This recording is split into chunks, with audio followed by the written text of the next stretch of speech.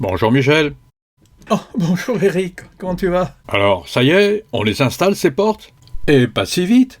Avant, je dois modéliser le projet, éditer la fiche de débit, passer la commande au centre d'usinage, avant de procéder à la pose chez la cliente. Oh bah ça tombe bien. Je suppose que tu utilises SketchUp? Tu peux me montrer un peu comment tu fais? Oh ben avec plaisir, pas de problème, assieds-toi. Je commence par ouvrir un nouveau projet. Tu choisis la version architecture en millimètres. Voici le volume de la maçonnerie. Le caisson doit s'inscrire à l'intérieur en tunnel. Tu commences par dessiner un rectangle de bord à bord. Touche R. Touche T et placement d'un repère en retrait de 5 mm. Double-clic afin de tout sélectionner.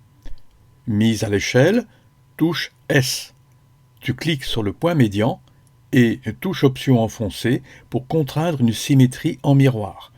Et tu viens t'aligner sur la ligne de repère. Tu provoques ainsi un retrait de 2 fois 5 mm, soit 1 cm, nécessaire au placement du futur caisson. Important, lors de la prise de cote, tu dois vérifier les mesures en façade et en fond de maçonnerie. Dans le cas présent, j'avais dû prendre des cotes avant que le maçon n'intervienne. Résultat, on a dû gratter la couche de peinture. C'est ballot, non? Extrusion touche P pour créer le volume du futur caisson. Tu t'alignes sur le mur du fond, soit 350 mm. Mais avant de continuer, jette un coup d'œil à la zone de dialogue en bas à droite de ta fenêtre. Tu lis 350. Tape immédiatement tes nouvelles cotes. Moins 20 mm pour l'épaisseur des portes et moins 5 pour le jeu de placement, soit 325. À présent, tu masques la maçonnerie, pomme E. Voici donc le volume dans lequel doit s'inscrire le caisson, montant, traverse, etc. Avant de poursuivre, groupage, triple clic de sélection et pomme G. Double clic pour accéder au groupe, puis sélection d'un des grands côtés. Double clic, pomme C pour copier cette sélection. Fermeture du groupe en cliquant en dehors. Ensuite, touche V. Attends, de quoi tu parles? Moi je connais pas cette fonction. Eric, certains outils ne possèdent pas de raccourci clavier. À toi de personnaliser ce que tu utilises fréquemment. Pour cela, tu cliques sur le menu déroulant SketchUp, sélectionne Réglages, tout en bas Raccourci clavier. Tu y retrouves le répertoire de tous les outils. Comme tu vois, certains n'ont aucun raccourci. Tu choisis la touche ou la combinaison de touches qui te convient, à condition qu'elle soit disponible. Exemple, pour coller sur place, j'ai pris la lettre V. Super pratique ton astuce. Bon, l'élément que tu viens de coller représente le côté du caisson. Une extrusion de 19 mm, touche P, et voici le montant que tu groupes immédiatement. Pomme G. Duplication et déplacement à l'opposé du volume de référence. Touche M plus option. Tu viens de positionner le second montant. Bon, à présent, je suppose que je peux éliminer le bloc de référence. En effet, Eric, tu n'en auras plus besoin. Oh, j'ai pigé. Il te suffit de tracer un nouveau rectangle entre les deux montants, extrusion de 19 mm, groupage, sélection, touche M plus option, et duplication pour la traverse basse. Eric, je ne peux plus rien te cacher. Ouais, en parlant de cacher, tu n'aurais pas oublié que le caisson repose sur des pieds avec une plinthe de 70 mm? Ouf, t'as raison, Eric. Bon, à présent, il ne reste plus qu'à placer la refente. Sélection du montant, touche M plus option, puis duplication. Touche S, puis option, pour lui appliquer une anamorphose symétrique afin de la placer à l'intérieur du caisson.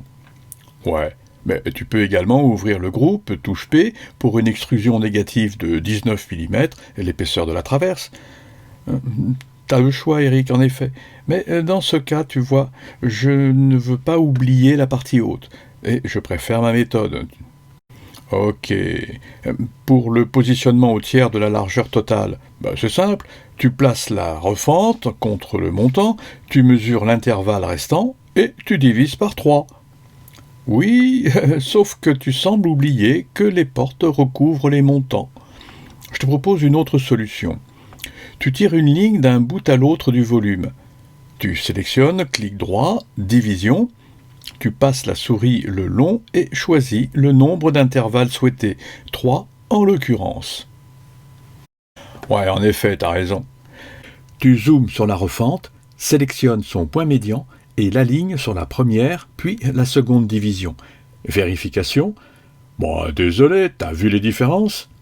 Effectivement, Eric. L'inégalité des espaces intérieurs s'explique par le fait que je n'ai pas doublé la refente et préféré gagner de la place en mettant des charnières à demi-recouvrement. Par contre, égalité parfaite pour la largeur des 3 portes. Justement, il n'y aurait pas une autre méthode de programmation quand on a, comme ici, des composants multiples tels que les étagères? Eric, tu viens de prononcer le mot juste. Composant. En effet, prenons cet exemple. Tu en modélises une première que tu transformes en composant. Touche G. Tu lui donnes un nom. Étagère de gauche. Tu la retrouves dans la fenêtre composant. À partir de ce moment, au lieu d'agir par duplication de la première, il te suffit de te servir dans le magasin et de la placer où bon te semble. Bon, quel intérêt? Tu vas voir. Je sélectionne l'une d'entre elles par un triple clic et lui applique une anamorphose. Tu constates que les autres étagères subissent les mêmes modifications. Idem pour le rendu matière. Bon, là c'est pas très pertinent, mais imagine dans ce type de projet. Oh ben en effet, ça vaut la peine d'y penser. Bon, c'est bien beau ta 3D, mais tu sais qu'il existe des logiciels de modélisation automatisés tels que Fusion 360 ou encore AutoCAD de 3D? Tu as raison Eric, mais que veux-tu? J'ai commencé avec SketchUp voilà près de 15 ans. La force de l'habitude, qu'est-ce que tu veux? Ouais, ou la peur de l'échec. Eric, je te laisse choisir. Mais quel que soit ton choix, tu dois savoir que chaque logiciel possède ses avantages et ses contraintes. Mais tu ne passes pas de l'un à l'autre sans perdre tes repères. Tu ne trouveras pas de logiciel comparable à SketchUp. Tu dois rester attentif et contrôler les valeurs numériques. Selon l'angle dans lequel tu travailles, le magnétisme peut induire un mauvais repérage du pointeur. Le meilleur outil, ça restera toujours celui qu'on a sous la main quand on en a besoin. Bravo Eric, tu as toujours les pieds sur terre. Cependant, j'y vois plusieurs avantages. En premier, quand je dessine, je me projette déjà dans le processus de fabrication. Ensuite, je peux facilement produire des images et les adresser à mes clients afin de contrôler et de voir s'il y a des modifications. Enfin, et non des moindres, arriver en phase d'assemblage, 1 ou 2 éclatés affichés dans l'atelier me suffisent à mener à bien la fabrication. Ouais, sans compter le tarif, t'as vu un peu le prix des autres logiciels? À présent, Eric, si tu permets, passons à l'étape suivante, la préparation de la fiche de débit pour le centre d'usinage. Et comment tu détermines les mesures? SketchUp n'édite pas les dimensions de chaque élément que je sache. C'est vrai, j'admets que tu touches au point faible de ma méthode. J'ai donc créé une feuille de calcul afin d'identifier chaque composant de mon projet. J'ai renseigné une série de colonnes, client, le type de matériau, les mesures, dans le sens du fil, dans le sens du contre-fil. Dans notre cas, il s'agit d'un décor bois, donc ne pas se tromper selon l'emplacement de la pièce dans le meuble. Puis tu trouves la colonne quantité, le plaquage du champ, 1 ou 2 mm, le rainurage pour le placement des fonds de caisson, et l'épaisseur, 19, 16 ou 8. Dans les colonnes suivantes, plusieurs macros me donnent la surface du ou des éléments, et enfin le prix, indexé sur une valeur de référence issue d'une commande similaire, ici 60 € au mètre carré. T'es sûr? C'est quasiment 5 fois le prix du mètre carré de Mela. Ne sois pas si étonné, Eric. Tu dois ajouter les traits de scie, le plaquage, les éventuelles finitions, sans oublier les chutes. Mon fournisseur compte une 30aine d'employés, ce qui signifie une organisation entre les productifs et le personnel de gestion. Commerciaux, projeteurs, secrétariat, comptable et un chef. Sans bénéfice, tout le monde sur le carreau. Ouais, le capitalisme en d'autres termes. Sais-tu que certains économistes font remonter le capitalisme au commencement de l'agriculture et de la sédentarisation, il y a pas moins de 12 000 ans? Ingénieux ton système. Ça permet de chiffrer immédiatement la dépense et donc d'établir un prêt-de-vie. À ce sujet, Eric, je t'invite à te reporter à ma précédente vidéo qui détaille ce processus. Bois, quincaillerie, intrants divers, main-d'œuvre, transport, etc. Tu connais ainsi ton coût global de production et ta marge brute. Et enfin, une macro t'indique ton ratio de rentabilité. Le lien dans la description. Et comment tu fais pour ne pas en oublier? T'as vu le nombre de morceaux qu'il y a dans ton dessin? Je retourne sur SketchUp. Je groupe l'ensemble du projet, en fais une copie, crée une nouvelle scène, masque l'image qui appartient en fait à la scène précédente, colle en place, touche V, et crée en quelque sorte une image jumelle qui va me servir pour la cotation de chacun des panneaux de mon rangement, sans oublier d'actualiser cette nouvelle scène, cela va de soi. Je réduis cette fenêtre et ouvre en parallèle ma feuille de débit. Je rentre dans le groupe, double-clic, puis dans chacun des éléments, montant, traverse, etc. Pomme K, un raccourci clavier que je me suis créé pour l'outil cotation, et je clique une première fois sur l'une des extrémités de l'élément, puis une seconde fois sur l'autre extrémité. Tu as le choix de l'unité, mètre, centimètre et bien sûr millimètre. Il va de soi que tu choisis les millimètres.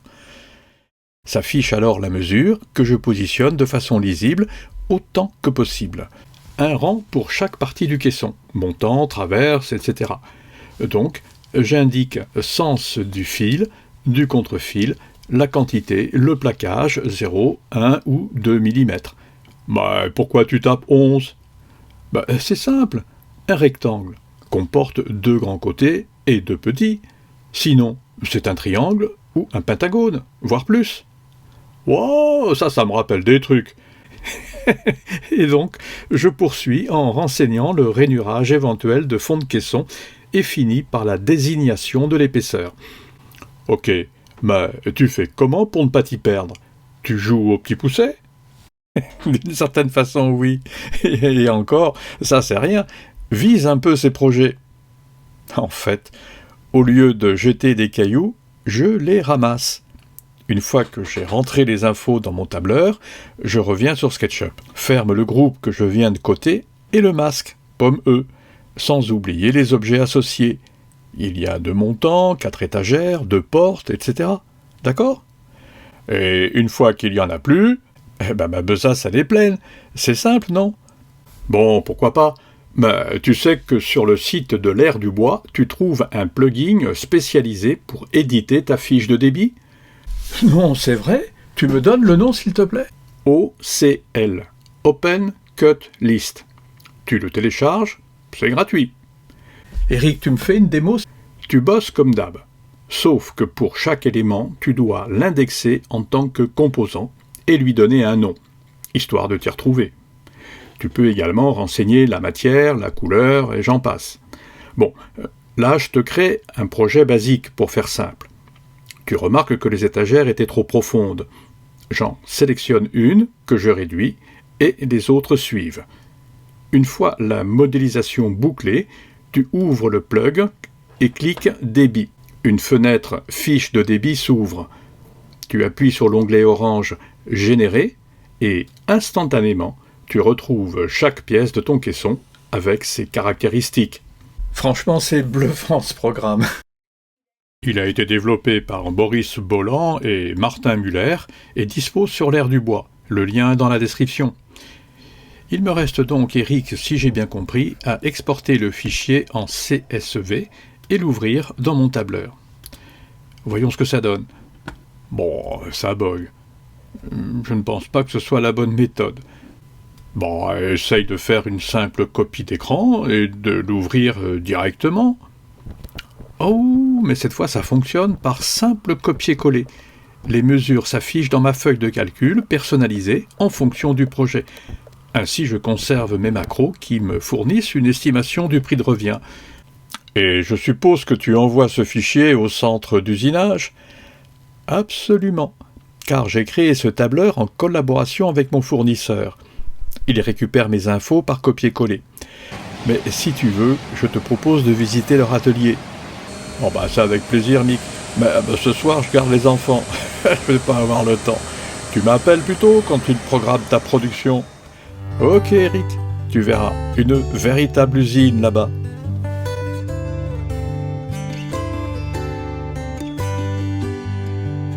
Bon, si ça t'a plu, tu partages, et puis tu mets un pouce en l'air. Tu connais le truc. Allez, salut!